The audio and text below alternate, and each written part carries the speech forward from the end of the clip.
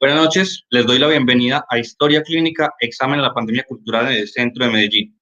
Es un ciclo de conversaciones que organiza la Alianza Cultural por el Centro para lograr construir un diagnóstico real y directo de las entidades culturales del centro de la ciudad en el marco de la pandemia.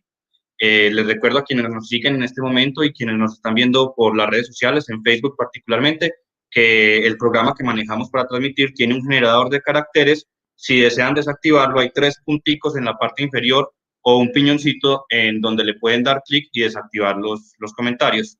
El día de hoy vamos a hablar de lo privado, de las entidades privadas y cómo esas entidades privadas tienen un influjo importante, contundente en la realidad social del territorio a través de eso que hemos conocido históricamente como la responsabilidad social. Para ello tenemos 2 invitados. Por un lado, una de las universidades privadas que son, podríamos decirlo, de las que mayor presencia territorial tienen en el país y que su sede principal está ubicada precisamente en el centro de la ciudad. Vamos a conversar con Nora Elena Gil Ramírez. Ella es la subdirectora académica y de proyección institucional de la Universidad Cooperativa de Colombia. Nora, bienvenida a Historia Clínica. Hola Juan David, muy buenas tardes. Muy buenas tardes para todos los que nos acompañan, para Jorge, que es mi compañero en este conversatorio. Gracias por la oportunidad en este espacio, Juan, de compartir y reflexionar un poco alrededor del efecto que tuvo este proceso de pandemia que estamos atravesando como humanidad y qué puede pasar con la universidad y su responsabilidad social en este momento.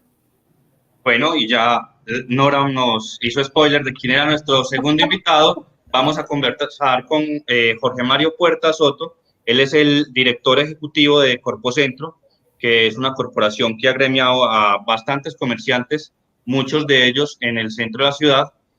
Jorge, bienvenido a Historia Clínica. Hola Juan David, muy buenas tardes para ti.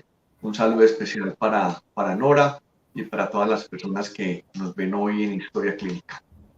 Muchas gracias por la invitación.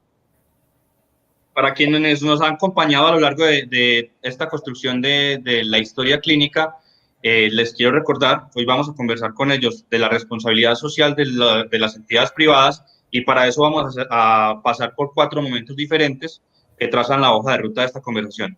Vamos a hablar inicialmente de los antecedentes de precisamente ese ejercicio de responsabilidad social de las entidades privadas en el territorio, cómo es que funciona, cómo se manifiesta, cómo se vuelve realidad y cómo lo ha hecho hasta el momento en las diferentes dinámicas que se pueden ver reflejadas en el espacio privado, tanto desde la educación como desde el comercio. Vamos a estar en un segundo momento en el cual vamos a hablar precisamente del síntoma, de lo que es el motivo de consulta hoy, por qué estamos haciendo esta evaluación de acuerdo a lo que el COVID nos pone de presente. Y vamos a tener 2 momentos finales en el que vamos a hablar precisamente del tratamiento, cómo se está trabajando desde estas entidades para hacerle frente a las situaciones del COVID y del aislamiento físico, para finalmente llegar a un momento de pronóstico en el que vamos a pensarnos un poquito en el futuro, en hacia dónde apuntan estos 2 escenarios, tanto la educación privada como el comercio, y hacia dónde apuntan las instituciones que hoy nos acompañan, Corpocentro y la Universidad Cooperativa de Colombia. Pero entonces empecemos por el principio, los antecedentes. Jorge, empecemos con usted. ¿Cómo es ese ejercicio? ¿Cómo se traduce ese ejercicio de responsabilidad social en el territorio desde las entidades comerciales? ¿Cómo hace el comercio precisamente para hacerle una devolución más allá de generar rentabilidad, más allá de generar empleo en el territorio hasta antes de que empezara la pandemia? Bien, Juan, yo creo que tenemos que mirar ese ejercicio de responsabilidad social en unos casos como a gran escala, pero en otros a pequeña escala. Mencionabas el tema del empleo. Yo creo que lo primero que debemos mencionar en responsabilidad social empresarial hoy, en general, de los empresarios en el centro de Medellín, es que es un empresariado que es organizado, que es cumplidor de todos sus deberes fiscales y de todos sus deberes con sus empleados. Es decir, cuando vemos el empresariado organizado, la gran empresa, la mediana empresa, son compañías, son empresas que cumplen con todo lo que deben entregarle, por ejemplo, a un empleado en el tema de seguridad social, en el tema de pensiones, etcétera, etcétera. O sea, los tienen vinculados a todo el sistema. Y digamos que, aunque eso es una obligación, también sabemos que en otros territorios eso no sucede, pero aquí hay un gran sentido de responsabilidad social con esas personas que trabajan para esas empresas. Es como lo primero. Jorge, Hay otros, sí, dime. ¿ese ejercicio organizativo es nuevo o lleva ya, o es ya de vieja data? ¿Qué tan formalizado ha sido históricamente el comercio en el centro de la ciudad? No, digamos que hay unos sectores en los que eso es histórico, hay otros en los que esto se ha venido organizando en la medida en que vienen pasando los años, específicamente en el territorio de Guayaquil, en el Hueco, había bastante informalidad, pero en la medida en que va pasando el tiempo y en que los empresarios se van organizando, empiezan a formalizar todos sus negocios. Antes era como una costumbre y se decía que en el territorio se evadían impuestos, que era contrabando, etcétera, etcétera, los andresitos. Hoy no pasa lo mismo. Hoy las mercancías entran legalmente, las mercancías pagan impuestos, los empresarios le pagan a sus trabajadores en su gran mayoría cumpliendo con todas las obligaciones. Digamos que cuando van pasando el tiempo, no, se van formalizando, se van legalizando y van teniendo mayor responsabilidad, no solamente con ellos mismos o con sus empleados, sino también con la municipalidad en el tema de pago de impuestos. Entonces, digamos que ahí hay como un primer tema de responsabilidad social. Hay otro, y es que muchísimas de las empresas del centro de la ciudad tienen vinculación con actividades culturales o con entidades cívicas o con otro tipo de entidades que desarrollan trabajos de responsabilidad en el territorio. Por ejemplo, nosotros tenemos un buen número de empresas, grandes, medianas, pequeñas, afiliadas a la corporación, que, digamos, dejan parte de su responsabilidad social en nuestras manos para nosotros desarrollar proyectos que vayan en pro del desarrollo y del avance del centro de la ciudad de Medellín. Entonces, digamos que ahí hay dos maneras de ver la responsabilidad social, desde la que hace la empresa misma en el territorio y con su gente, y cómo lo hace a través de otras actividades o de otras entidades. Y pasa también muy claro con los apoyos que recibe, por ejemplo, el Museo de Antioquia. El Museo de Antioquia recibe hoy grandes e importantes apoyos como parte de su responsabilidad social del Grupo Bancolombia, de Argos, de Sura, de Familia, de Confama, por mencionar solo algunas entidades. Entonces, digamos que del empresario hay bastante responsabilidad social por el territorio del centro de la ciudad de Medellín. Bueno, Nora, Jorge nos hablaba que precisamente el comercio se dedica, como parte de su desarrollo de la responsabilidad social, a apostarle un poco al progreso de la ciudad. ¿Cómo se hace desde el ámbito educativo? Más allá de plantear que la posibilidad de que el ejercicio misional de una universidad, que es educar, ya plantea de per se un ejercicio de responsabilidad social, ¿en qué otras formas se manifiesta ese ejercicio de responsabilidad social en el territorio y con la sociedad desde la universidad? Juan, mira, cuando hablamos de responsabilidad social a nivel de la universidad, pues digamos que la universidad cooperativa ha venido reflexionando mucho alrededor de lo que significa el concepto de responsabilidad social universitaria, ¿no es cierto? En esas reflexiones que hemos hecho, un primer elemento fundamental tiene que ver con lo que ya enunciaste, y es cómo impactan esas funciones sustantivas del quehacer cotidiano de la universidad. ¿A qué me refiero? Hay unos impactos sociales importantes relacionados con la formación y con la educación que nosotros brindamos, que es una educación desde un modelo educativo crítico con enfoque de competencias, que lo que busca filosóficamente es formar ciudadanos para que transiten por el mundo de la vida, y esto tiene una serie de implicaciones importantes. Hay otro elemento importante, y es el impacto social que tiene la investigación que realizamos en la universidad. Y esto nos lleva, por ejemplo, a reflexiones alrededor de cuál es el sentido y el para qué de la investigación. Y hay unos elementos importantes dentro de la responsabilidad social que creo que los tendríamos allí para mirarlo más adelante. Digamos, tratamos de hacer investigación que tengan impactos y que giren alrededor de todo lo que tiene que ver con la Agenda 2030 o los Objetivos del Desarrollo Sostenible. O sea, que toda nuestra articulación y nuestras líneas de investigación estén muy articuladas con esos objetivos de desarrollo sostenible. Sin embargo, creo que como universidad tenemos un punto por revisar bien importante, y es algo muy relacionado con lo que Edgar Morán plantea, por ejemplo, relacionado con las cegueras del conocimiento, ¿no es cierto? O sea, esas reflexiones alrededor de cómo estamos construyendo conocimiento y el sentido de ese conocimiento. Ese es un elemento importante de la responsabilidad social. Otro componente importante de la responsabilidad social tiene que ver con todo lo que pasa al interior de la vida universitaria y la comunidad académica como tal. Es decir, todo ese relacionamiento interno como comunidad académica y educativa también tiene unos impactos importantes en las familias de nosotros como empleados, las familias de los estudiantes en sí mismos, el cuerpo profesoral. Entonces, ese relacionamiento interno y el bienestar universitario es otra forma de responsabilidad social importante.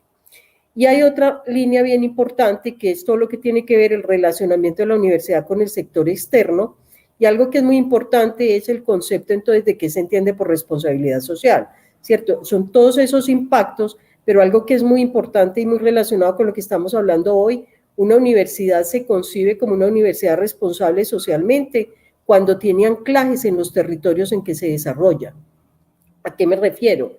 Nosotros, digamos, como universidad, somos una universidad tal como lo planteabas ahora, multicampus, que tiene presencia a lo largo y ancho del país. Tenemos 16 campus en todo Colombia. Eso nos hace una universidad muy grande y con una gran presencia en el territorio colombiano y unos impactos muy grandes. En el campus Medellín en particular, como hemos buscado fortalecer mucho ese relacionamiento con el territorio en el que estamos ubicados. Nosotros tenemos, digamos, un programa muy fuerte que venimos desarrollando en el campus que se llama Territorios Solidarios. Los territorios solidarios son espacios, digamos, que nosotros llegamos para crear proyectos con las comunidades, para generar con ellos, digamos, desarrollos endógenos, apoyándonos de todo lo que tiene que ver con la academia, con la investigación, la proyección, en el acompañamiento de las comunidades para esos desarrollos. Entonces tenemos en este momento 4 territorios solidarios. Uno es con el municipio de Granada, Antioquia, donde lo hemos venido acompañando históricamente para generar una serie de trabajos que desde la economía solidaria ha permitido hacer el acompañamiento a Granada y la recuperación del tejido económico y social a partir del desarrollo de pequeños emprendimientos desde la economía solidaria, y con el sector educativo también del municipio. Entonces allá llevamos muchos años acompañándonos en ese proceso de reconfiguración de un territorio que quedó muy devastado en los procesos de violencia. El otro territorio solidario que tenemos se encuentra ubicado en el sector de Nuevo Occidente en Medellín. Allí tenemos unos procesos de desplazamiento importantes, de desplazamiento urbanos internos muy importantes, y nosotros hemos venido haciendo un trabajo muy fuerte en alianza con Metrosalud, y con buen comienzo para el acompañamiento de este territorio y todo lo que tiene que ver con las juntas de acción local también para acompañar los territorios. El otro territorio importante que tenemos es el territorio donde estamos. Ustedes quizás nos han oído hablar de lo que es universidad, y es que para nosotros la ciudad tiene que volverse un escenario muy importante en el aprendizaje del estudiante para que realmente pueda volverse un ciudadano que tenga las capacidades para transitar por el mundo de la vida, entendido como esa posibilidad de tener muy fuertemente desarrolladas competencias para la reflexión personal y todo lo que tiene que ver su actuar, cómo reflexionamos alrededor de cómo nuestros actos tienen algunas implicaciones sociales, que sean capaces de reconocer y tener la sensibilidad social suficiente para identificar las necesidades del otro, ¿cierto? Y las realidades del otro, es decir, para que puedan tener esos procesos de intersubjetividad, de reconocimiento de las diferencias, y para que también puedan poner al servicio del desarrollo de las comunidades todo lo que tiene que ver con las competencias científicas. Esa es la manera como lo venimos haciendo, Juan. Bueno, Jorge, puesto todo este panorama que nos presenta Nora respecto a cómo es ese ejercicio de desarrollo desde las universidades y de responsabilidad social de las universidades, hay una triada que se menciona mucho hoy en día y que tiene mucho que ver precisamente con el ejercicio del comercio, pero el comercio en clave de organización, de ejercicio de articulación en pro del desarrollo. y en el cual posiblemente esté muy vinculado a ese ejercicio investigativo de la universidad, a ese ejercicio propositivo de trabajar desde el territorio. ¿Cómo funciona esa triada que todos conocemos como universidad, empresa, Estado? ¿Y cuál es el papel fundamental que tiene el comercio y los comerciantes allí?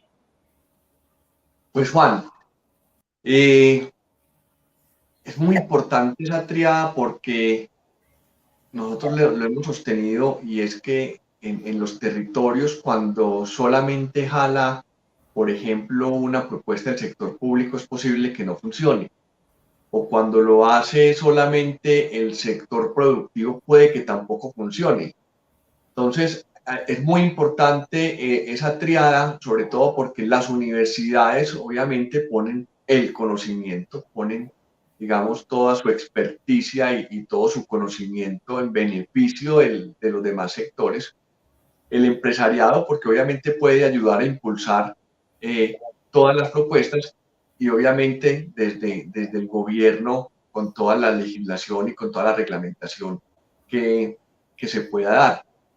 Yo escuchaba hace algunos días al exalcalde Federico Gutiérrez, en el que resaltaba cómo fue importante durante los 4 años de su gobierno el Comité Universidad Empresa Estado, en el que Nora me podrá corregir, se reunían religiosamente un día de la semana, yo no recuerdo si era cada semana, cada 15 o cada mes, pero eran reuniones prácticamente religiosas que no se cancelaban, en el que se compartían esos saberes, esas inquietudes y se tomaban decisiones para el avance de la ciudad.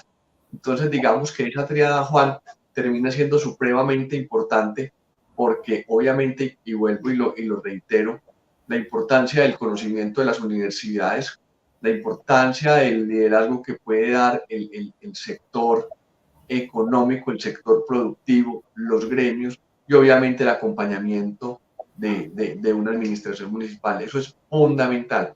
Nosotros desde Corpocentro siempre hemos sostenido que al menos en el territorio en el que nosotros nos movemos, siempre tiene que haber sinergia al menos entre el sector público y el sector privado. Y cuando hablo del sector privado también estoy hablando de las universidades, que cuando nos ponemos de acuerdo, con seguridad los proyectos salen avantes, cuando nos ponemos de acuerdo es más fácil lograr resultados. Entonces es fundamental esa sinergia entre sector público, sector privado, entre universidades. Y ahora que estamos hablando también desde la Alianza Cultural por el Centro, muy importante la articulación con el sector cultural. Juan, yo quisiera complementar algo de lo que plantea Jorge, que es muy importante, y es que no es posible hablar de responsabilidad social en solitario. Eso no es viable.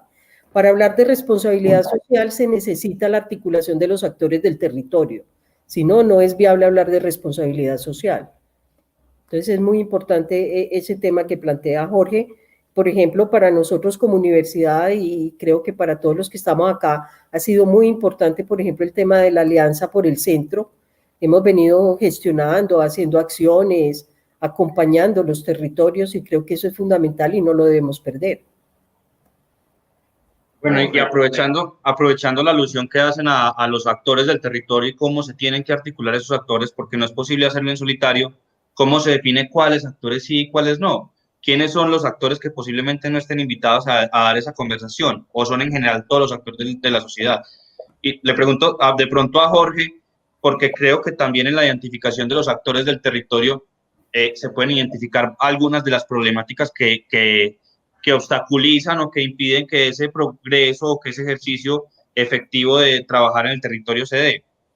¿Cuáles son esas problemáticas, esos actores que tal vez no están invitados? Juan, yo me atrevo a decir que creo que el único actor que no está invitado es el actor ilegal, es quien está fuera de la ley, es quien está haciendo las cosas al revés de cómo se debería hacer. Y efectivamente son muchísimas mesas. Y el sector educativo tiene su propia mesa en la que se reúnen los rectores y se reunirán otras instancias de las universidades y de los centros educativos a conversar de temas comunes para ellos. El sector cultural tiene al menos una mesa que es la Alianza Cultural por el Centro y Caminar para el Centro. Pero, por ejemplo, los teatreros también tienen su propia mesa. y los comerciantes tienen varias mesas. En el sector de Guayaquil, por ejemplo, hay 3 asociaciones que los representan. Nosotros lo hacemos como una entidad cívica, pero el sector de Junín tiene, la Bastilla tiene, digamos que la informalidad también tiene sus mesas de trabajo, tiene sus agremiaciones, tiene quien los asocia, quien vela por sus intereses.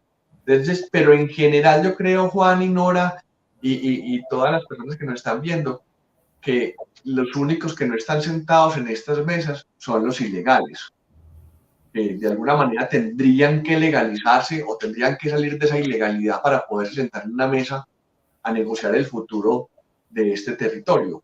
Pero como te digo, yo no conozco un territorio en la ciudad de Medellín que tenga más actores y más mesas de trabajo que el centro de Medellín, que el centro de la ciudad. No resta que se hable. Sí, porque hay un tema como un borde muy sensible.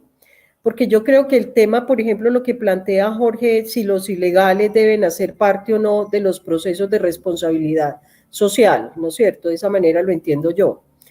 Mira, ¿cuál ha sido como la visión que manejamos con el equipo? Y hay algo y es muy claro, y es que nosotros siempre debemos propender por temas de inclusión. Y con el tema de la ilegalidad, por ejemplo, yo diría que eso hace parte de la dinámica social y que lo que la universidad como tal puede hacer con este tipo de actores es ofrecer escenarios para el diálogo y para la reflexión sobre qué está pasando con ese tipo de dinámicas, por ejemplo. Entonces nosotros, por ejemplo, en esos diálogos que tenemos con la ciudad y en esos procesos de contacto con los territorios, nosotros tenemos mucho trabajo, por ejemplo, con las cárceles. Entonces, y a través de los consultorios jurídicos hacemos trabajo importante. Entonces, creo que ellos también entran a ser parte de la responsabilidad social a su manera y con unas lógicas quizás diferentes, pero hacen parte de la responsabilidad social o tienen que hacer parte de ella. Porque la idea es que tengamos un discurso muy inclusivo y si no iríamos en contravía precisamente de lo que es la responsabilidad social. Bueno, pegándome de lo que dice Nora, Jorge, yo creo que hay una línea marcada entre ilegales y legales, pero particularmente en el ejercicio comercial hay como una línea invisible que quizás es mucho más ancha que lo que se puede plantear, no sé, desde el ámbito académico. ¿Qué pasa con esos que son los informales y que también son protagonistas en el territorio, que tienen un papel fundamental de lo que pasan en las dinámicas comerciales, de ocupación del espacio? ¿Cómo los metemos en ese escenario de diálogo y de conversación y de articulación? No, de hecho ellos están en estos escenarios. Ellos tienen múltiples escenarios con la Alcaldía de Medellín, con la Subsecretaría de Espacio Público, con Desarrollo Económico, con Inclusión Social. De hecho, participan en algunas de las mesas que participa también el comercio organizado. Y creo que es un actor también fundamental y mucho más ahora como consecuencia de la pandemia, que se ha generado muchísimo más desempleo en la ciudad. Es decir, nosotros prácticamente duplicamos la tasa de desempleo, que pasó de cerca del 10, el 11% al 20 o al 21%. Entonces, mucha más gente llegará a la informalidad, terminan siendo un actor fundamental también. Lo que pasa es que tenemos que distinguirla entre informal e ilegal. Entonces, digamos, los informales entran, obviamente porque son personas que, aunque estén en la calle, muchos de ellos, la gran mayoría, están trabajando honradamente, tienen una situación social, una situación económica diferente, en la cual, obviamente, entre todos tendremos que ayudar a salir de esa situación. Ellos son escuchados, ellos son oídos, ellos tienen escenarios, ellos participan en decisiones. De hecho, somos conocedores que desde la Subsecretaría de Espacio Público tienen mesas de trabajo con la Alcaldía de Medellín, con los vendedores informales. Ahí hay un gran trabajo también, Juan, de responsabilidad social empresarial, de cómo el comerciante formal, el empresariado puede empezar a entregarles también opciones de un trabajo digno con todas sus prestaciones, como un tema también de responsabilidad social. Nosotros le hemos conversado con empresarios del territorio que están dispuestos a generar plazas de trabajo para empezar a organizar el espacio público para que no haya la saturación en ventas informales en el centro de la ciudad. Esos son definitivamente unos actores supremamente importantes. Tanto así que hoy el centro de Medellín puede tener 21.000 unidades productivas formales que están, digamos, registradas en Cámara de Comercio de Medellín, y las informales, en la informalidad hoy podemos tener cerca de 16 o 17.000 personas, entonces estamos casi en un 50-50, o podremos llegar en los próximos meses a un 50-50. Son un actor que es válido y que hay que conversar con él y que hay que buscarles alternativas dignas de trabajo.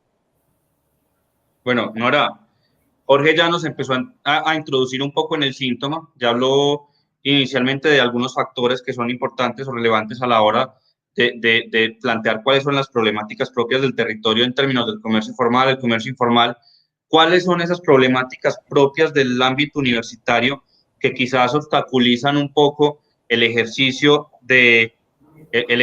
precisamente de generar responsabilidad social, de generar ámbitos de apropiación del territorio, de generar espacios de construcción del conocimiento y que, digamos, anteceden a las problemáticas de la pandemia, pero que posiblemente se han agudizado con ello.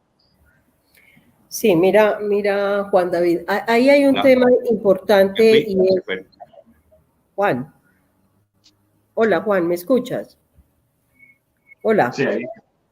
Ok. Juan, sí, vale. Digamos que con el tema de qué ha frenado o qué cosas pueden incidir en el tema de la responsabilidad social. Digamos que nosotros veníamos trabajando muy fuerte y consolidando el tema del ejercicio de la responsabilidad social universitaria y de pronto, Juan, digamos que cae casi que un rayo que nos cae a toda la humanidad y genera un gran trauma, pensaría yo, y lo quiero abordar como bajo el concepto de trauma. Cuando yo hablo del concepto de trauma, un trauma significa una ruptura, ¿cierto? Cuando hay un trauma, generalmente hay una ruptura de un músculo, hay una ruptura de un hueso, hay una fractura, ¿no es cierto? Entonces, digamos que el tema de la pandemia nos cogió a la humanidad y en particular lo voy a hablar como que nos pasó en la Universidad Cooperativa. Cuando llega el tema de la pandemia, digamos que de un día para otro pasó algo insospechado y nos fuimos todos para la casa, abandonamos nuestros puestos de trabajo y quedamos como mudos y perplejos. Bueno, ¿y entonces ahora qué va a pasar frente a la incertidumbre que empezamos a vivir en ese momento? Eso hizo que entrara inmediatamente, siempre que hay, digamos, esos asuntos de trauma, pueden pasar dos cosas. Una, o el organismo responde de una manera que opta, digamos, como diría Freud, hacia el lado de la pulsión de muerte, o busca recursos y opta por una pulsión de vida. Digamos que dependiendo como de los recursos, cada organismo responde, ¿no es cierto?, de los recursos que pueda tener en ese momento. Digamos que una vez pasa como esa perplejidad, porque yo diría que fue un estado de perplejidad, empezamos a reaccionar y a buscar qué efectos iba a tener este asunto en nuestra regularidad y en todos los procesos que veníamos sacando adelante. Y el primer tema que aparece, que también hace parte de la responsabilidad social, es la sostenibilidad institucional, ¿no es cierto? Porque entonces lo primero es, ¿qué va a pasar con nuestros estudiantes? Tenemos la capacidad de atenderlos utilizando tecnologías de la información y la comunicación. Ellos tendrán la conectividad, era la primera pregunta. Nuestros profes tienen la capacidad de atender y utilizar las tecnologías de la información y la comunicación para responder y continuar con la vida de la docencia. Tendremos entonces los recursos para continuar con la investigación, podemos seguir haciéndolo y las inversiones que veníamos haciendo y lo que implica el recurso para sacarlo al campo, a la ciudad. O sea, todos esos retos, digamos, nos llevaron a concentrarnos. Como lo digo, cuando hay un trauma, el organismo se concentra en sí mismo buscando recursos que le permitan superar el evento. Eso hicimos como universidad. Digamos, nos reconcentramos en nosotros mismos, casi que cortamos de una manera inicial ese vínculo con el relacionamiento externo, mientras nos reponíamos del golpe que tuvimos, y empezamos a buscar cómo recuperar otra vez la normalidad. Yo diría que al día de hoy, cuando ya empezamos, ya cerramos todo lo que fue la academia del 2010, o sea, el periodo del primer semestre, logramos salir avantes con muchas cosas y aprendizajes. Por ejemplo, nos dimos cuenta de que teníamos una infraestructura tecnológica muy potente que nos permitió subsanar el tema del encuentro utilizando la virtualidad. Nos dimos cuenta de la gran diversidad que tenemos como profesores, como estudiantes, como administrativos. Y algo bien importante, hoy hemos hablado mucho del espacio público y lo privado, y es que casi que también nos dimos cuenta de que esa línea divisoria entre lo público y lo privado también es muy difusa realmente, porque lo que era lo privado en un momento determinado, que son nuestros hogares, nuestras casas, nuestras familias, pasó a ser casi que el espacio público para nosotros, para el ejercicio de nuestras actividades. Cae el teletrabajo como la alternativa, que luego hablamos de lo que genera el teletrabajo, por ejemplo. Entonces, esa fue la manera como empezamos a responder. Logramos salir avantes, nos dimos cuenta de grandes brechas en el manejo de las tecnologías, brechas en las posibilidades de conectividad de los estudiantes, brechas socioeconómicas muy fuertes. Nos tocó agruparnos y unirnos para hacer esfuerzos económicos entre todos y apoyar a estudiantes, apoyar a compañeros que empezaron a vivir las situaciones del desempleo en las familias, cosas de ese tipo, Juan. Digamos que una vez superamos como este impasse, ya nos vemos abocados, entonces, bueno, entonces, ¿qué va a pasar en el segundo semestre? Entonces ya, digamos, ya un poco más restablecidos de esta situación inicial, ya tenemos una modalidad, ya vamos con un modelo más organizado para la docencia, vamos a trabajar con una modalidad combinada.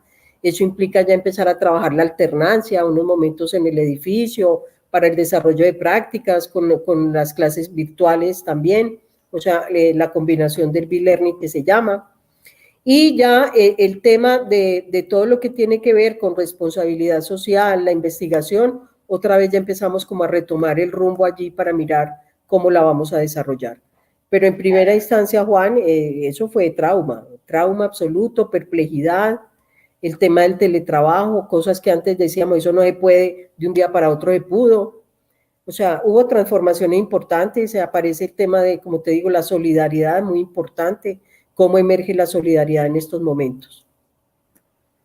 Bueno, antes de que se me vaya, Nora, quería tocar un tema puntual de los que abordaste, y es los estudiantes y cómo se trastocan esos ámbitos de lo público y lo privado, ya no hablando de las instituciones, sino precisamente de la esfera pública y la privada, con los estudiantes. Lo tratamos en una historia clínica anterior a esta, en la que hablábamos de cómo precisamente los niños de colegio perdían su intimidad y perdían su espacio de autonomía, porque el espacio en el que antes podían escapar de los papás ya no existía, y el espacio en el que podían escapar de los profesores ya no existía, porque era el mismo y era uno común. Entonces los padres se habían metido en la vida del salón de clase, y los profesores se habían metido al hogar.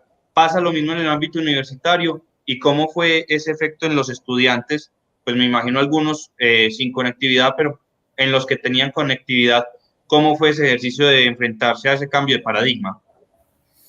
Juan B., al principio, algo que también nos dejó la pandemia, yo creo que nosotros nunca habíamos tenido tanto contacto ni tanto conocimiento de quiénes son nuestros estudiantes como lo tuvimos ahora. Y pienso que eso fue algo que nos asombró a todos. Recién pasó esto, nosotros teníamos reuniones desde la vicerrectoría, había reuniones con la población estudiantil mínimo 2 veces por semana, reuniones larguísimas, jornadas muy fuertes, de una reactividad por parte de la población estudiantil muy resistente inicialmente al uso de la virtualidad, aludiendo muchas situaciones que son en algunos casos muy reales. Entonces, cuando empezamos a caracterizar caso a caso de los estudiantes, porque así nos tocó, venga a ver usted cómo es que está, tiene celular, tiene conectividad, qué tipo de equipo tiene, empezamos como a suministrarle a los estudiantes, a los profesores, a los administrativos, a llevarles los equipos de la universidad, transportarlos a las casas, en algunos casos subsidios para la conectividad, Y poco a poco fuimos afinando mucho el tema, nos fuimos relajando más con el tema, fuimos aprendiendo que había que aprender a manejar la tecnología, que lo ideal no era parar la vida universitaria, que teníamos que seguir para adelante, que no debíamos suspender las actividades. Todos fuimos entendiendo la dinámica, ahí hay un agradecimiento inmenso para el cuerpo profesoral. Yo creo que los profesores fueron los que le pusieron la vitalidad para que la universidad pudiera continuar adelante y no desfalleciera en esa situación traumática. Y frente al tema de lo público y lo privado, en esas relaciones sí han habido situaciones. Cuando empezamos la caracterización, por ejemplo, aparecían temas de los espacios a veces muy pequeños de parte de los estudiantes o de nosotros mismos, donde la interferencia entre todos conectados o no había sino un equipo para toda la familia, o sea, la realidad muy similar a la de la escuela. Entonces, a eso también nos llevó a aprender y a entender ahora en el segundo semestre, el estudiante tiene que tener acceso a las clases no solamente en el horario establecido, porque es posible que no lo pueda hacer por situaciones familiares y dinámicas de la familia. Entonces, fueron aprendizajes que tuvimos allí, Juan. Juan, Sí, Jorge. quiero como complementar algo de lo que acaba de decir Nora, de lo que se encuentra en la universidad en medio de la pandemia en un tema social y económico de sus estudiantes. Y, y creo que no se lo encontró solo la universidad, sino que nos lo encontramos todos. Y es una ciudad mucho más desigual, pero muchísimo más desigual de lo que todos nos imaginábamos. Es decir, nos encontramos una ciudad en la que hay mucha más pobreza de la que todos pensábamos, en las que hay muchísimas carencias, más de la que todos nos imaginábamos. Pero eso generó un tema muy bonito, y es que también nos encontramos que somos una sociedad supremamente solidaria.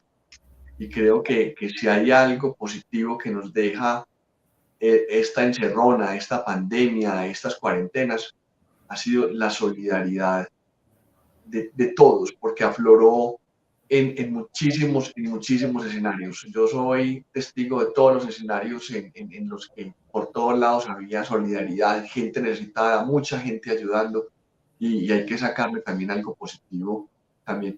Y más que como responsabilidad social empresarial, como la misma responsabilidad social de quienes tenemos por quienes no tienen. Bueno. Jorge, volviendo a los conceptos que nos introducía ahora Nora, en el ámbito comercial, ¿cuál fue el trauma? ¿Cuál fue esa ruptura que se generó con la llegada de la pandemia? Y una vez llegado ese trauma, ¿optaron por la pulsión de muerte o por la pulsión de vida? ¿Qué pasó con los comerciantes? Resulta que este trauma fue una herida abierta de tejidos blandos. Entonces, digamos que no la hemos podido cerrar del todo. ¿Qué generó? Esto generó o viene generando en Medellín, como les decía ahora, una tasa de desempleo muchísimo más alta. En estos 2, 3 últimos meses, la pérdida de Medellín de más de 90.000 empleos, 130.000 en el departamento de Antioquia, de acuerdo con cifras de FENALCO. Esto generó en muchísimos casos el cierre de empresas, el cierre de negocios. Hoy podemos tener centros comerciales con el 15-20% de desocupación de locales. Hay uno específico que no me parece pertinente, pues, como mencionar el nombre, que tiene el 40% de desocupación. Esto generó, obviamente, muchísimos problemas sociales y darnos cuenta de las dificultades económicas que se viven, por ejemplo, en los inquilinatos en distintos barrios del centro de la ciudad.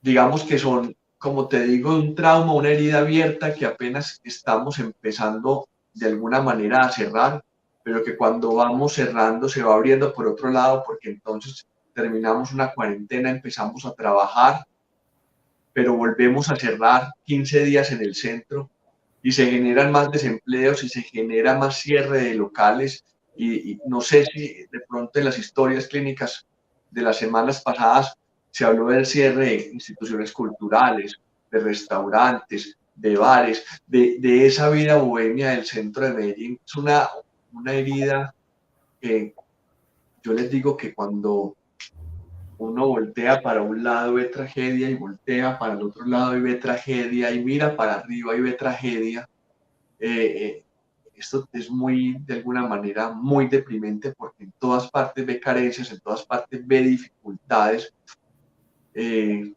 Se habla de ver la luz al final del túnel, pero creo que vamos como en la mitad del túnel y todavía no vemos la luz al final, qué es lo que va a pasar. Sin embargo, también eso de alguna manera, Juan, Nora, ha generado, como les decía, un tema de solidaridad, pero también un tema de volverse más proactivos. Las entidades en el centro hemos empezado a trabajar más unidos, buscando soluciones. Y me voy a adelantar a algo que puede ser ya como el pronóstico. A ver, ¿cuánto tiempo llevamos? Sí, me voy a ir adelantando. Pero miren, salen ideas como estas. El centro es un territorio muy, pero muy activo y muy vital de lunes a sábado.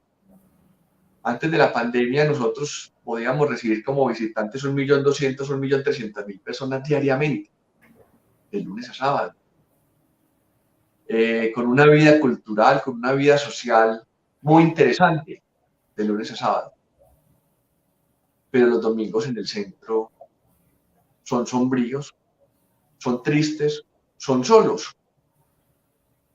Entonces, con una idea de un proyecto que nos planteó Janet Zuleta, la gerente de Gran Plaza y presidenta de Guayaquil, dijo, hombre, activemos el centro los domingos y démosle la misma vida que tiene el centro en semana.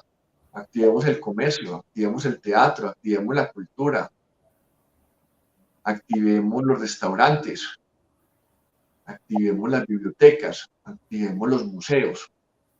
¿Cuánto nos podemos demorar en lograrlo? Yo no sé, en que eso sea rentable, y no hablemos de rentabilidad económica, pero que el centro pueda tener como los centros importantes en ciudades, o como los centros en ciudades importantes del mundo, que el centro de Medellín también sea vital y que sea activo los domingos. Yo creo que no nos quedemos viendo lo que ya cerramos, lo que ya pasó, el que se quebró, sino cómo generamos posibilidades para que quienes cerraron puedan volver a abrir, o para quienes se la han jugado por no cerrar puedan seguir abiertos y puedan ser viables económicamente para seguir dándole a esta ciudad la vitalidad económica que necesita para generar empleo.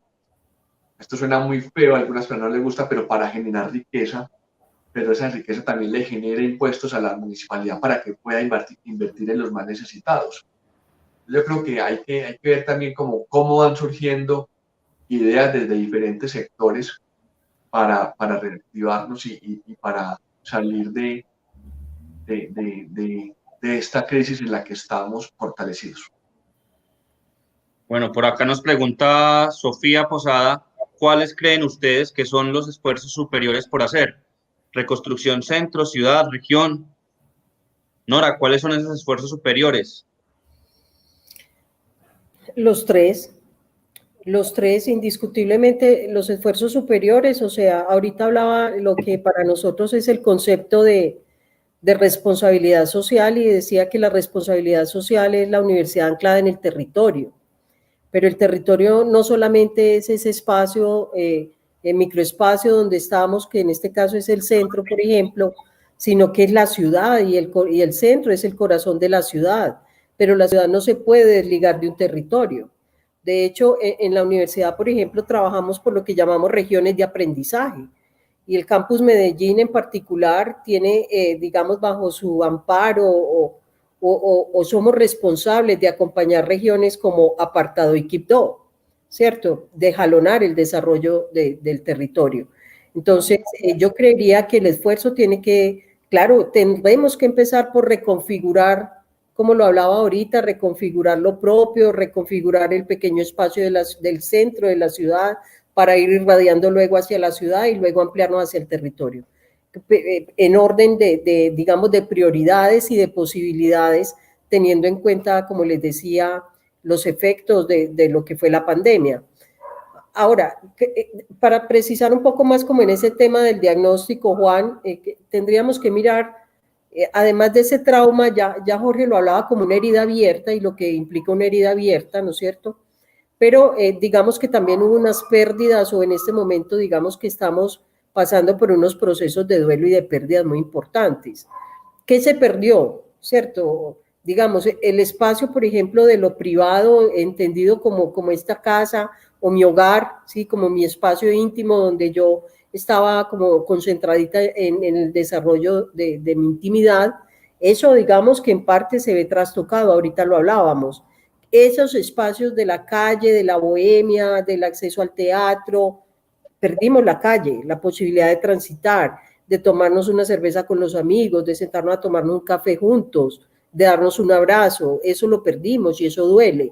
De hecho, yo creo que otro de los impactos más fuertes de la pandemia para muchas personas ha sido impactos en el orden de la salud mental, la angustia, la ansiedad, el no ser capaces de tolerar la incertidumbre, que es uno de los aprendizajes que habla Edgar Morin en Los 7 Saberes, habla de la importancia de aprender a soportar la incertidumbre. Yo creo que si algo nos ha convocado esta pandemia es a afrontar la incertidumbre y cómo el ser humano cada vez busca tener más control sobre una realidad que cada vez se le vuelve más incontrolable. Entonces, eso para algunos seres humanos es insoportable y los ha sumido en trastornos psicológicos, psiquiátricos muy importantes. Entonces, eso para puntualizarlo, Juan. No, Jorge, y volviendo un poco con ese aspecto prosocial que digamos, ha crecido en el ámbito de la pandemia, en el cual muchos nos hemos preocupado los unos por los otros, ¿cómo se logra generar? Y quiero articularlo con un punto que decía Teresita Rivera, que ella comentaba, la articulación de los diferentes sectores es la única garantía de poder retornar al territorio con acciones participativas y democráticas que generen estrategias contundentes de cuidado colectivo y aportando no solo al desarrollo del comercio, sino también a lo educativo, lo cultural y lo social. Se puede fortalecer ese aspecto prosocial desde iniciativas que vengan desde el comercio. ¿Cómo logramos juntar a los comerciantes para hacerle frente a la pandemia de forma articulada y para tratar de forma colectiva cerrar esa herida abierta? Juan, a ver, yo creo que cuando uno está bien, uno se siente autónomo y capaz de tomar todas las decisiones, digamos, de manera particular y solo. Pero cuando uno está en crisis o está en problemas, y no solamente uno, sino que ve que quienes están a su alrededor lo hacen, uno de alguna manera busca la asociatividad para intentar conjuntamente salir adelante. Hoy es posible que sea más difícil lograr muchas más acciones de solidaridad porque los recursos que apuesta el sector privado son casi que incontables para ayudarle no solamente a la población, sino al mismo gobierno para atender los efectos de salud de la pandemia.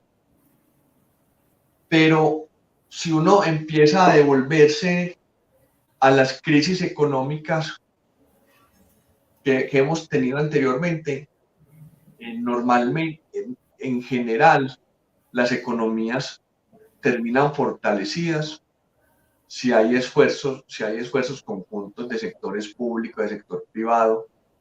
Y yo pensaría que nosotros, al menos en esta ciudad, en este departamento, no sé en qué tiempo, pero vamos a terminar fortalecidos. Es decir, yo no te voy a decir que en 6 meses o en un año, pero después de este bajón económico tan impresionante, creo que vamos a tener un rebote que nos va a llevar a superar lo que esta sociedad y lo que la economía de esta ciudad y este departamento había logrado en años anteriores. Nosotros tuvimos, o esta economía nuestra creció el PIB el 3.5% el año pasado, superior al PIB de Colombia que fue el 3.3%. Con seguridad este año vamos a tener cifras negativas. pero nosotros podremos mostrar en un año, en 2 años, cómo este rebote después de esta crisis tan profunda que estamos viviendo nos va a llevar a crecimientos superiores, y eso es lo que nosotros esperamos. Eso también empieza a aflorar un tema de, Juan, de solidaridad, que ya se ha empezado a ver en redes sociales y que se ve de algunas marcas, como cómo empezamos a apoyarnos entre nosotros, compra colombiano, compra local, compra no sé qué, compra no sé cuánto. Entonces creo que eso también de alguna manera, si lo fortalecemos, nos va a ayudar a que podamos salir adelante. Sí, mira, ahí hay un tema y es, ya lo planteamos, para hablar de responsabilidad social tenemos que trabajar en alianzas. O sea, la mejor manera o la única manera, diría yo, para poder volver a recuperar el tejido y reconfigurar todo lo que generó la pandemia, tenemos que empezar a fortalecer las alianzas que teníamos, o sea, hay que seguirlas fortaleciendo y ahora más que nunca. Hay temas importantes, por ejemplo, creería yo, Jorge, no sé, me dices, ¿qué tanto impacto, por ejemplo, ha tenido la virtualidad en nuevas formas comerciales? Porque yo pensaría que una de las transformaciones importantes que puede dejar la pandemia es la transformación del comercio y va a quedar muy fortalecido el tema del comercio digital, ¿o no? A ver, en algunos sectores sí, en otros no. Yo escuchaba a alguien en estos días decir que si nosotros hubiéramos tenido 6 meses o un año para prepararnos para la pandemia, con seguridad hubiéramos contratado muchísimos asesores. Y cuando llegara la pandemia no íbamos a estar preparados ni siquiera para podernos ir a trabajar, para podernos venir a trabajar a la casa. Pero aquí no tuvimos ningún tipo de preparación y de alguna manera todos llegamos a trabajar virtualmente. Y creo que el comercio, de alguna manera, ha empezado a entender que esa virtualidad es muy importante para algunos sectores, para otros es mucho más difícil. Eh, por ejemplo, para el tema de la gastronomía, esa virtualidad no representa más del 20% de lo que se hacía de manera presencial, entonces son sectores que seguirán muy golpeados. El tema de ropa, de vestuario, también virtualmente. Muy poca gente hoy se sigue atreviendo a comprar virtualmente la ropa porque la gente se la quiere medir, quiere probársela, quiere tocar la tela. Pero yo creo que ese tiene que ser el camino para quienes quieren sobrevivir a futuro. Pero eso no es nuevo, Nora, eso ni siquiera es que nos obligue la pandemia. Es que, y se los hemos dicho muchísimas veces a los empresarios en el centro, es que ellos ya hace mucho tiempo tenían que estar vendiendo ya por internet, porque es que los estadounidenses nos llevan años de ventaja y ellos le están vendiendo todo por internet y nosotros queremos seguir pensando que es que el cliente tiene que ir hasta el local, tiene que ir, pagarnos, llevarse la bolsa, que le digan mi amor, niña, no sé qué. Y yo creo que por ahí no es el camino y creo que la fuerza del empresariado ha tenido que aprender a trabajar de manera virtual. Yo creo que menos de lo que debería haber aprendido. Y creo Sí, que han avanzado también menos de lo que deberían haber avanzado. yo creo que pasó lo mismo que en el sector educativo. Digamos que el tema de la virtualidad, del e-learning, de la educación a distancia, siempre creíamos que la mejor educación tenía que ser presencial, muy rezagados, muy ahí, y ya llegó esto y nos demostró de que la virtualidad es una alternativa viable, posible, que la calidad educativa de la docencia virtual es posible, que hay que pensar cómo llegar a esos estudiantes que no tienen acceso al Internet, y eso fue otro reto, entonces nos lleva a pensar en esa vieja usanza de la universidad a distancia, donde al estudiante hay que enviarle por correspondencia los textos y las guías de trabajo para que las desarrolle de manera independiente. Es decir, esto también le pegó un sacudón muy fuerte a la educación y le señaló el retraso y la demora que estábamos tomando para tomar esas decisiones de actualizar las modalidades educativas. Y yo creo que hubo otro aprendizaje también, un muy mal aprendizaje que fueron los 2 días sin IVA. Obviamente, un mal aprendizaje por lo que generó en tasa de contagios en algunas ciudades, incluyendo la nuestra, pero otro aprendizaje que inclusive quienes ya vendían por internet no estaban preparados para una demanda tan grande de productos en unos días específicos. Y ahí hubo también otro aprendizaje del tema de tecnología. Bueno, Jorge, aprovechando que estás ahí en cámara, bueno, ya me lo quitaron, pero no importa, ya vamos entrando al final. ¿Cuál es el pronóstico? ¿Qué se viene con el comercio, con las empresas en lo venidero? ¿Vamos a sobrevivir? ¿Vamos a seguir trabajando? ¿Cuál tiene que ser la apuesta de los comerciantes?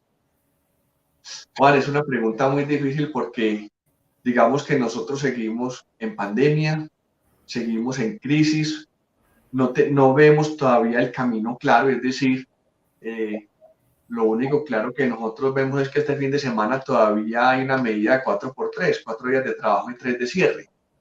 Y uno de esos días de cierre es el sábado, que es el día que más ventas se hacen en el comercio organizado. Entonces, digamos que es un panorama supremamente difícil, pero obviamente también hay que seguir trabajando porque la gente sigue demandando productos, sigue demandando servicios. Yo creo que ese futuro depende mucho de qué tanto se avance en el control a la pandemia, porque obviamente no se va a acabar hasta que no haya la vacuna. Depende mucho de cuándo se descubre la vacuna, de cuándo la vacuna llega a Colombia, de cuándo nosotros podemos volver, como decía Nora hace un momento, a tener vida social, a poder salir a un restaurante, a tomarnos una cerveza, a dar un abrazo, a poder soplar la vela de una torta de cumpleaños y que después de soplar la torta nos la podamos comer, porque es que ahora si sopla una torta no se puede comer. Entonces, yo creo que ese futuro sigue siendo, ¿cuál es la palabra? Yo no sé, yo no lo tengo claro, no tengo claridad sobre cuál es ese futuro todavía, cuando seguimos cerrando comercio, cuando es posible que nosotros no sabemos ni siquiera si ya llegamos al pico de la pandemia en esta ciudad. Entonces, no lo veo claro, pero obviamente no vamos a cerrar el 100% de los negocios y la gente tiene que seguir trabajando y la gente tiene que seguir produciendo yo creo que el mensaje aquí también es que quienes tenemos trabajo tenemos que salir de alguna manera, tenemos que gastar para que esa economía no tenga una contracción más fuerte de la que hoy tiene.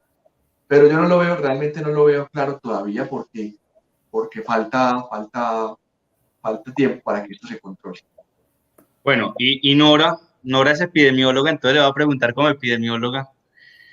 ¿Existe una posibilidad de que la curva de aislamiento social, de soledad que estamos viviendo rebaje y hay una posibilidad, por lo menos desde el ámbito pedagógico, desde la educación, de que logremos propagar el encuentro y de que logremos acompañarnos más y no sentirnos tan solos, así sea por estos medios, así sea desde la virtualidad? ¿Cuál es el pronóstico desde la universidad?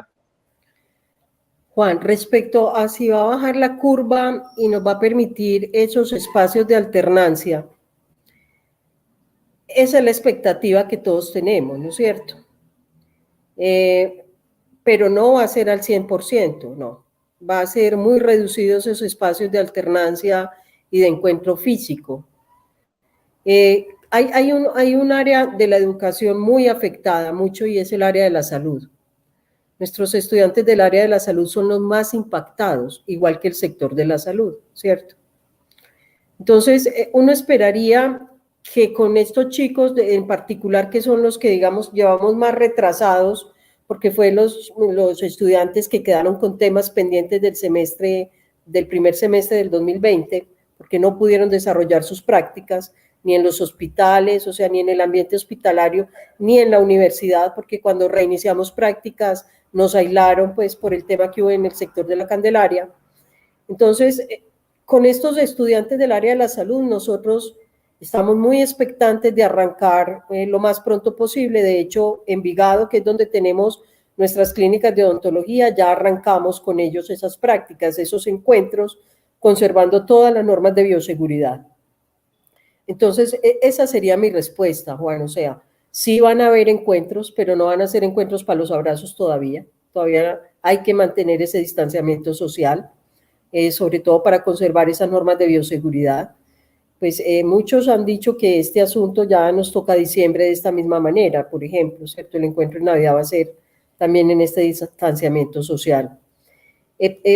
Ahora, ¿cuál va a ser el pronóstico para la universidad o cómo vamos a salir de esta situación?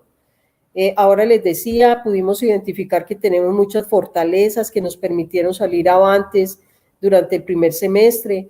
Tenemos muchas expectativas y ya empezamos el segundo semestre muy fuerte con los estudiantes que ya arrancaron con nosotros. Teníamos una expectativa. Durante el primer semestre, una de las cosas que nosotros tuvimos que hacer en varias oportunidades fue plantearnos escenarios de situaciones posibles respecto, por ejemplo, al tema de la deserción. Teníamos unos escenarios donde planteábamos unas deserciones hasta del 30% de la población universitaria y lo que eso implicaba para lo que les decía, el impacto a nivel de la comunidad académica en términos de los empleados, pérdida de empleos posible por debilitamiento de la sostenibilidad financiera de la universidad. Sin embargo, digamos que hasta el momento superamos ya ese escenario catastrófico, que era el escenario pesimista, y ahora estamos en un escenario, digamos, un poco más positivo frente a cómo nos fue con las matrículas de los estudiantes. Entonces, creemos, como les decía ahora, que vamos a salir fortalecidos de este asunto. Crecimos como universidad, creo, tuvimos muchos aprendizajes, aprendimos a trabajar muy unidos, muy fuertes, muy cohesionados, muy alineados todos en el tema de la solidaridad, como lo planteaba ahorita, a conocer muy bien quiénes son nuestros estudiantes, quiénes son las familias de los estudiantes. Entonces son temas, algo que es muy importante también, como lo decía, es de un momento para otro pudimos hacer teletrabajo. La pregunta que uno tendría ahí es, ¿qué va a pasar con el teletrabajo y las empresas? O sea, ¿ya se va a volver algo normal? A lo que antes era como tan difícil, ya pasa a ser parte de la normalidad empresarial, por ejemplo. El otro tema es el tema del fortalecimiento tecnológico. Creo que la Universidad Cooperativa venía muy robusta en el tema tecnológico y sigue creciendo muy fuerte ahí. Y ahí aparece un tema que nos mostró la pandemia y nos lo puso en el corazón, y es el tema de la inteligencia artificial al servicio de la inteligencia institucional, ¿sí? Entonces, miren, ustedes han oído al alcalde con el tema de las encuestas y todo esto, el tema de la pérdida de la privacidad, o sea, ya saben dónde estamos ubicados y con quién y cuántos tenemos alrededor con el COVID. Entonces, el tema de la inteligencia artificial, por ejemplo, ya empieza a tomar postura fuerte para poder tener una Big Data muy fuerte que nos permita predecir muchas cosas. Juan, yo quiero decir algo antes de que nos acabe el tiempo, porque es que mi último mensaje fue como muy negativo. Pero quiero matizarlo un poquito, y yo creo que, miren, de esto nosotros podemos salir. Es más, nosotros somos capaces de bajar la curva de contagios. Y apelo a una palabra que acaba de decir Nora, la solidaridad. Yo creo que el mayor acto de solidaridad que nosotros podemos tener en este momento con nuestra familia, con nuestros amigos, con nuestros compañeros de trabajo y con la sociedad en general es cuidarnos nosotros. Es usar el tapabocas, es lavarse las manos, es no hacer reuniones grandes, etcétera, etcétera. Si nosotros fuéramos juiciosos en ese tema, seríamos capaces de bajar rápidamente esa tasa de contagios. Al bajar la tasa de contagios, con seguridad nos van a relajar las medidas coercitivas que hoy tenemos. Podríamos salir, abrir restaurantes, gimnasios, empezar a hacer la vida normal y reactivar la economía. Pero lo que hoy nos tiene así es la indisciplina ciudadana que hay en general en este territorio, y es no querer usar el tapabocas, usarlo mal, no lavarse las manos, hacer fiestas, irse a andar la calle sin necesidad y sin distanciamiento social. Entonces, apelar como a la solidaridad de todos los ciudadanos. Bueno, Jorge, Nora, lastimosamente en nuestro sistema de salud el tiempo es muy corto.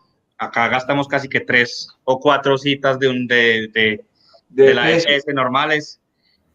Muchas gracias por ser parte de esta historia clínica. Muchas gracias a quienes estuvieron conectados escuchándonos el día de hoy. Infinitas gracias a Juan Esteban de Sentarte, que estuvo acompañándonos en el máster, y nos vemos dentro de 8 días para una nueva historia clínica, Examen en la Pandemia Cultural en el Centro, un espacio organizado por la Alianza Cultural por el Centro. Ok, Juan, Jorge, muchísimas gracias. Gracias, hasta luego.